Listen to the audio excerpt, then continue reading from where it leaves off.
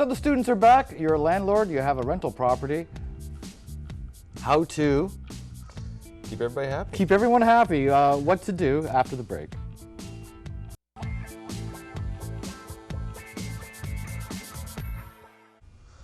Glad you're with us. Matt Lee is here. He is our real estate guru and your real estate friend. And we're talking about, if you are a landlord, you know, the students are back. Students are back. How to keep everyone happy. Yeah, you know, it's one of these things that we want to set the tone from both sides. That, you know, when students come in, and you know, whether it's college, university, regular tenants even, you have a property, you want to make sure that it's clean and tidy when everybody gets there. And I mean, the worst thing a landlord can say is, "I'll do it next week."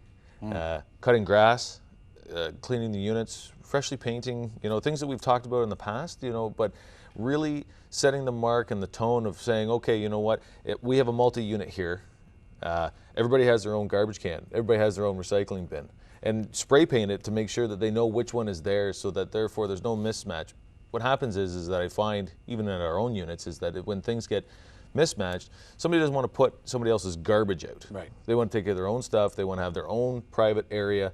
So if you have a clean, nice driveway, the grass is all cut, the foyers are clean, the laundry room's clean, they have their own garbage area, that continues. So yeah, the habits are set right off the top. Yeah, you know, I've talked to different landlords that actually will have different things in their leases. They'll have somebody that comes in and cleans once a month, even go in and schedule that they actually do a tidy up in the units. They'll we actually have somebody goes in and cleans foyers or laundry rooms, make sure that they do it once a week, maybe once every other week, so that those areas get kept clean. Because what happens is you have mailboxes in these areas, and all of a sudden a bunch of junk mail comes in, even though you might ask for it not to be there.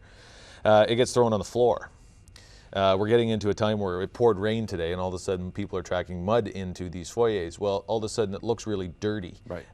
When it is, you know, it becomes dirty. That is a slippery slope.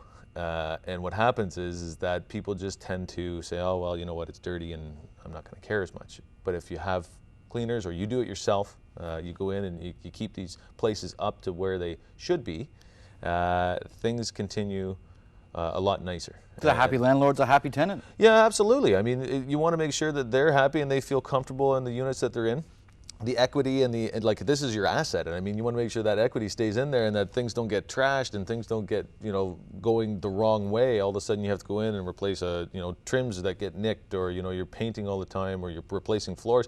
If you keep things clean, I'm not saying that's going to happen all the time, and that, you know, keeping a place clean is going to save you from, you know, the odd bad tenant, but it will continue in the right direction.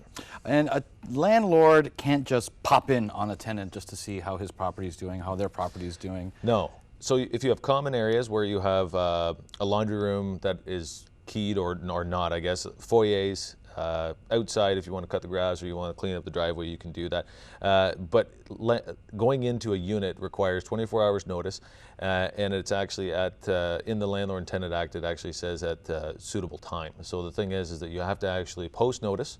You have to make sure that it's that they see the notice and go from there. But Okay. You want to make sure that if you are entering a unit, even though you own it, if it is tenanted, you want to make sure that you are reading the Landlord and Tenant Board Act to make sure that you're following the rules and regulations. I like the idea of getting into those good habits early on. Yeah, for sure. It really does help. Okay.